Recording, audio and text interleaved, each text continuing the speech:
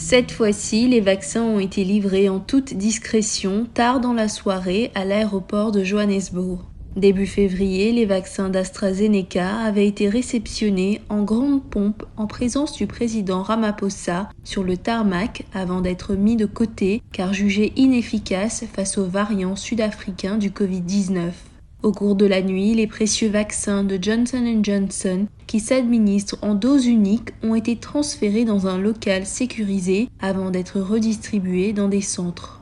La campagne de vaccination sud-africaine visera en premier lieu le personnel de santé. La première personne à avoir été vaccinée ce matin est une infirmière en maternité de l'hôpital de Khayelitsha au Cap, suivie d'un médecin, d'un membre du personnel d'entretien de l'hôpital et d'un administrateur de la structure hospitalière.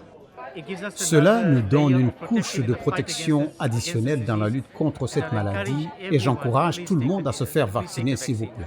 Ce vaccin nous donne de l'espoir. Le président Cyril Ramaphosa et le ministre de la Santé ont également été vaccinés peu après.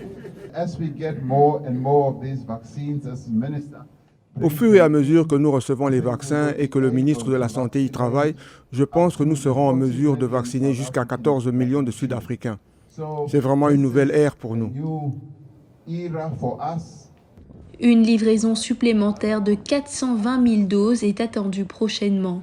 Au total, 9 millions de vaccins ont été commandés au laboratoire Johnson & Johnson, ainsi que 20 millions de vaccins Pfizer.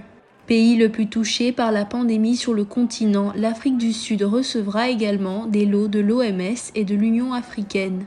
Elle est l'une des premières nations du continent avec le Rwanda, le Maroc et l'Égypte à avoir commencé les vaccinations contre le Covid-19, alors qu'en ce moment, certains pays riches sont déjà bien engagés dans leur programme de vaccination de masse.